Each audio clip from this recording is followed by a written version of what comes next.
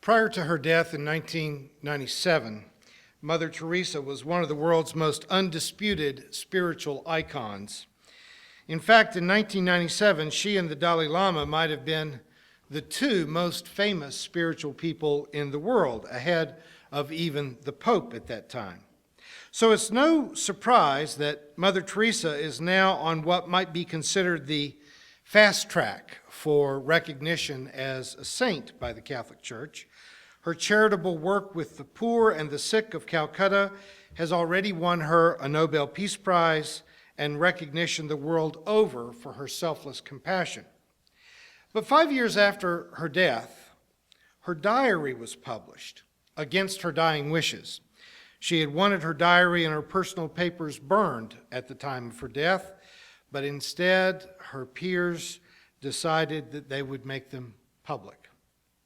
What these papers revealed came as a shock to many people who had viewed her as an absolute paragon of faith.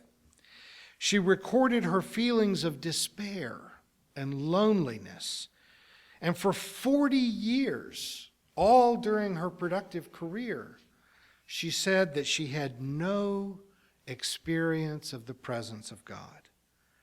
She said, "As for me, the silence and the emptiness is so great that I look and I do not see, listen, but do not hear." Now, when she was young, she had a strong sense of calling to be a nun. She had the religious experiences and the enthusiasm that many of us who grew up in the heart of the church can recall.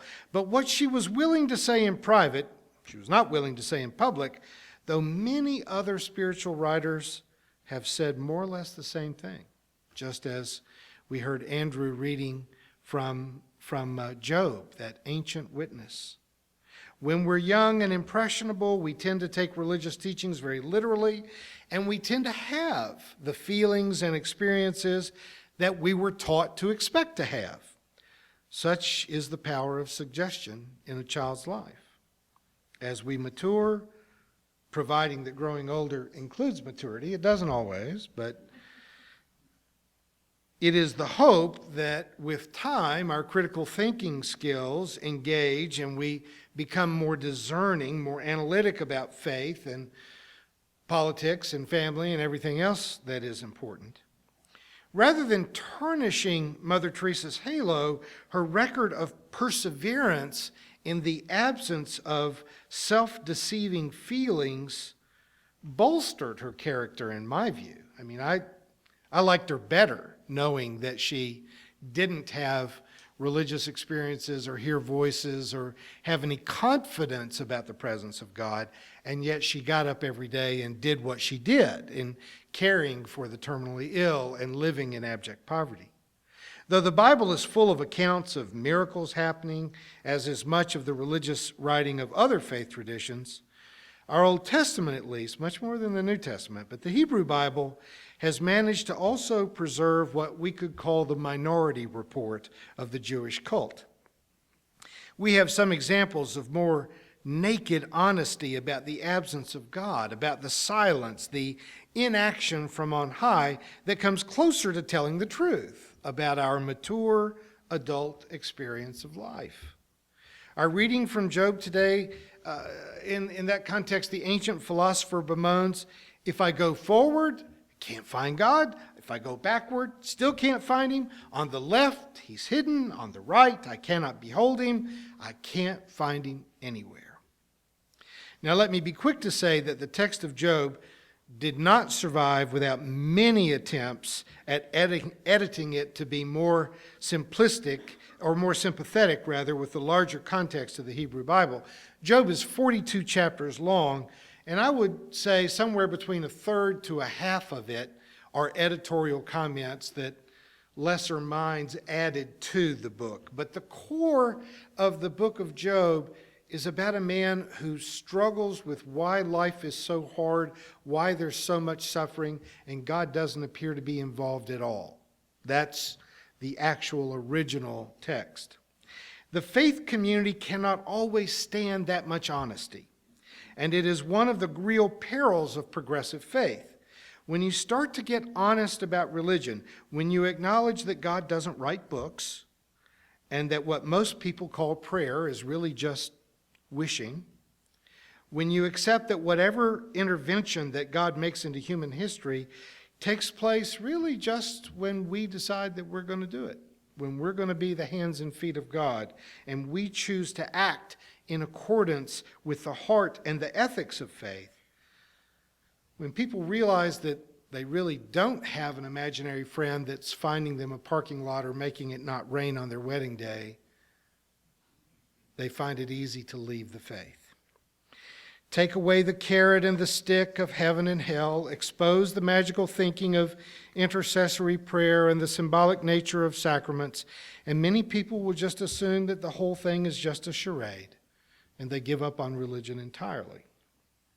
It is significant to note then that for 40 years, Mother Teresa kept caring for the poor and dying of Calcutta when she no longer felt the presence of an imaginary friend. Everything that made Mother Teresa famous, that made the BBC do a special series of reports on her life, that earned her the Nobel Prize, that made her the image immediately recognizable the world over as a person of faith, all of that came when she did not feel religious confidence, but she lived religious discipline, the choice to be that kind of person. The world hardly recognized her death, and that is so for the very simple and indicting reason that she died the same week that Princess Diana died. Teresa was an icon of faith, character, radical compassion, and charitable accomplishment. Princess Diana was an icon of beauty and wealth, and the media tends to report only what we're interested in knowing about. Though I have generally disparaged my own first book, The Christian Wisdom for Today, for being way too specifically Christian, the part of it that I would still like to defend 20 years later is that the significant stage of faith doesn't start until you have allowed the faith of your childhood to die a natural death, and you have experienced the nothingness of continually doing just what Job described. You go forward, and he's not there. You think if you could just sing the old hymns again, that you would feel what you felt as a child. And then, I've invited people to just read those words out loud. And is that, do you believe that? Oh. You turn to the left, you go to the right, you try a Buddhist retreat, you try going to a Catholic monastery, you turn this way and that, and you think, well, maybe a little bit here, maybe a little there, but you just don't feel it. It's not until you have the distinct feeling that when you pray, not only is no one answering, but no one is listening. It is after what St. John of the Cross called the dark night of the soul.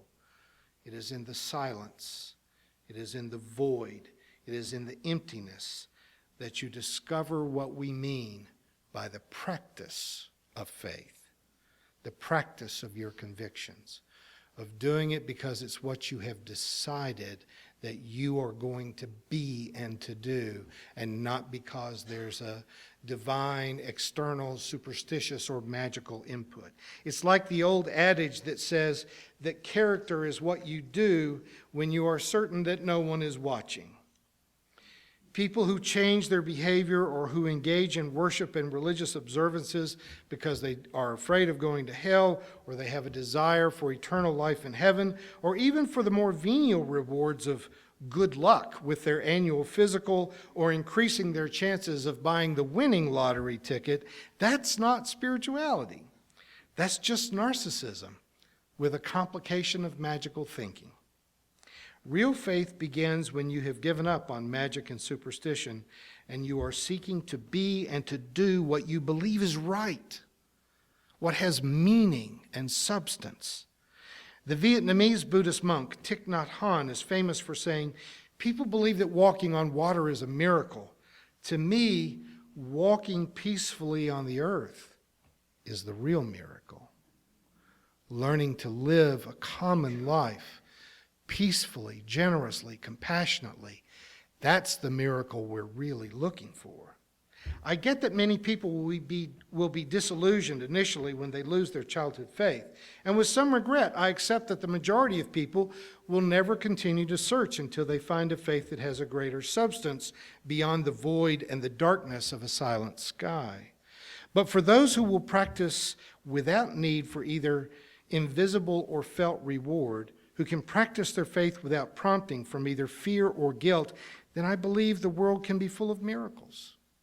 Miracles that come from living a life of compassion, of forgiveness, of sincere love, of true friendship. And this is a matter of evidence-based faith because you only have to try it to discover that I'm telling you the absolute truth. Amen.